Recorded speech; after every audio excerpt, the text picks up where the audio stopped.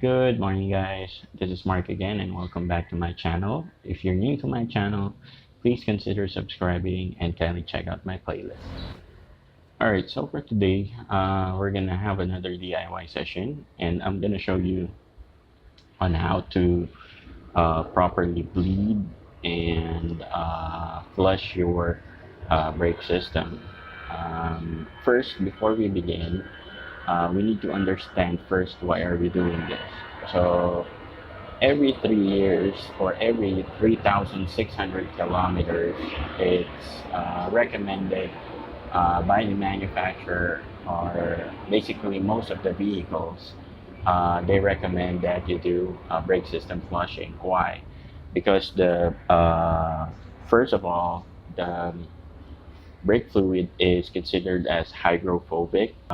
That mean is um, it absorbs water and time. That's the reason why our brake master has a seal in it. Aside from building up a pressure, it actually helps protect your brake fluid absorb any moisture or water in the atmosphere. All right, so what happens if there's air or water in your brake system? Brake fluid has a higher has a higher boiling point compared to water. So if you have water in your brake system, what happens is it boils down, and then it creates a some bubbles and a gap in your brake system. What does that mean? It means that it creates an air pocket on your brake system. So when you press on the brakes, if there is an air pocket on your brake system, your brake will not work. Okay, so we don't want that to happen during your trips and all. And also the reason why we want to flush your brake system every 3 years or 36,000 kilometers is. All right, so the method that I will be doing is a one person bleeding and flushing method. In order to do this is I actually made a bleeding bottle. This is, I think, a liter of bottle, and I placed a hole at the top. Make sure that the hose that you're using is snug fit, and there should be a small hole right there, just for the air to come out. So what will happen is the other end of the hose will be placed on your bleeding valve. I'm gonna show it to you in a bit, and then we'll be filling this up with brake fluid so that air won't be sucked back in on your brake system. I'm gonna show you a video what happens when I do that. Okay. 12 seconds later. So this is the brake fluid that we sucked in on the reservoir. As you can see, it's dirty. It should be clear. What we're going to do with that fluid is we're gonna put some on our bleeding bottle. Okay, why? Because once we open up the bleeding valve, so that this bottle will be will have a continuous vacuum, because the bleeder hose is submerged in brake fluid. So instead of air being sucked back in, it'll just be brake fluid.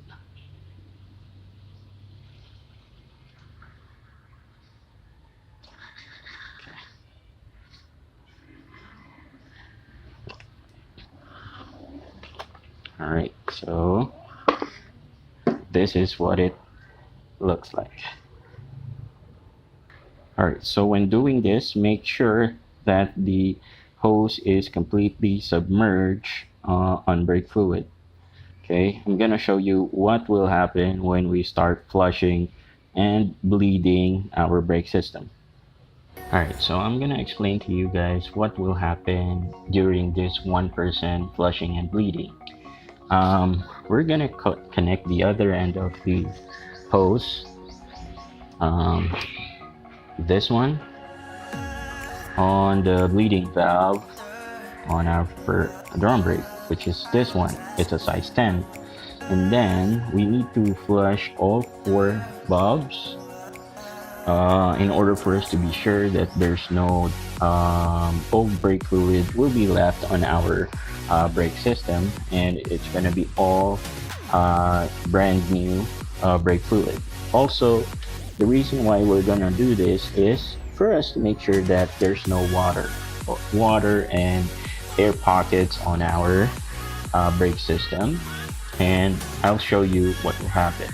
And when you place the bleeding bottle, make sure that the hose looks that way, so that the air will be left at the top of the hose and will just be pushed outside instead of the air pocket going back in. Okay, I'm gonna place you guys on an angle and we're gonna start flushing.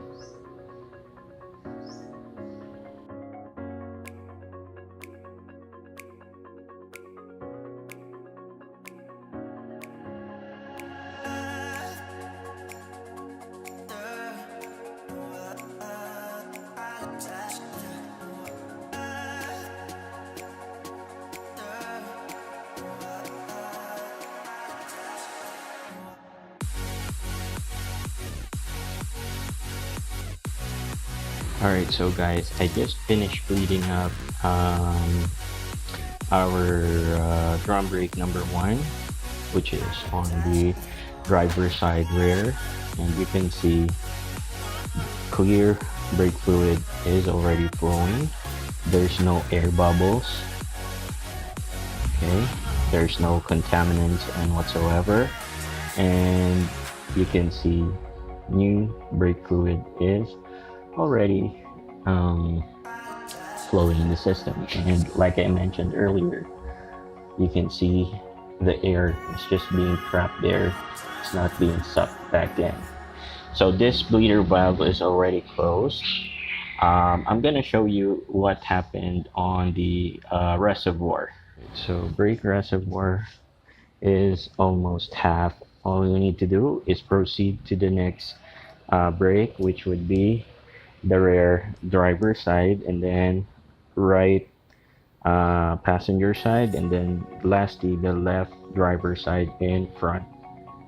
Okay, so I'm gonna do all four first, or I'm gonna finish the rear, and then we're gonna show you how to bleed the front disc brake. It's actually the same thing, but I'm gonna show it to you anyways.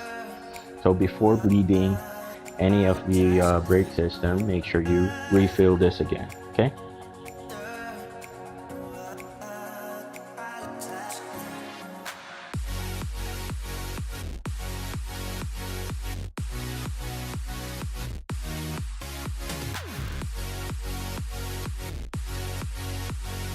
Alright, so just finished both brakes at the rear, and I'm about to bleed the right side in front on the passenger side for our Hyundai Eon. Or basically, this applies to all vehicles that uses drum brakes and disc brake. So we'll be bleeding out and flushing our disc brake.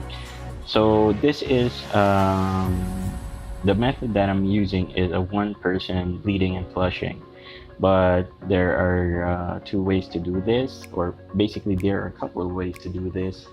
The easiest would for me is the one-person bleeding and flushing, but if two-person, if you're gonna bleed it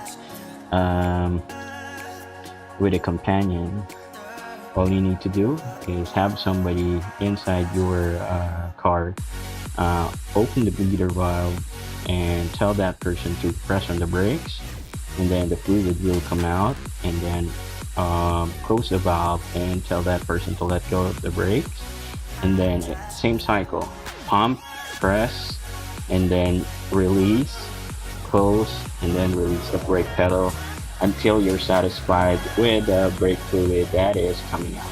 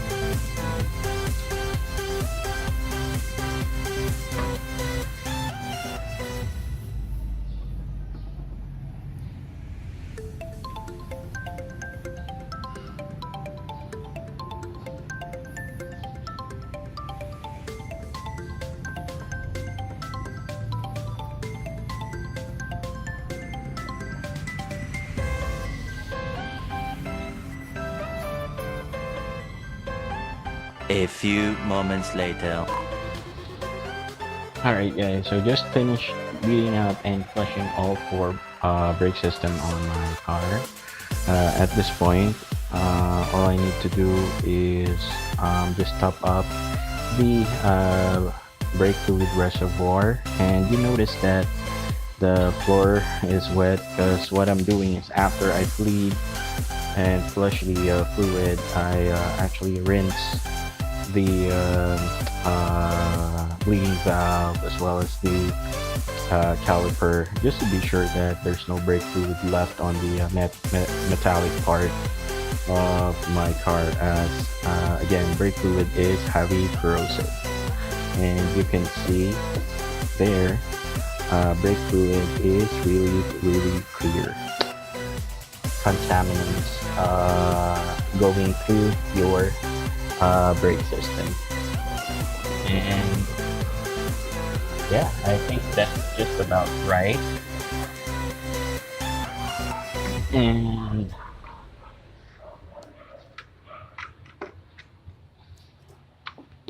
let's close the reservoir. And yep, that's how you do it. That's one complete flushing and bleeding your brake system. That is a one-man brake bleeding and flushing. I already explained the difference between a two-man bleeding and flushing and one man. I prefer this one. This one is faster. You just need to be sure that when you put in the hose on the bleeding valve, is it snug fit, so there should be no air being sucked in when you push down on the brake pedal. And if you like the video, please consider subscribing and give it a thumbs up.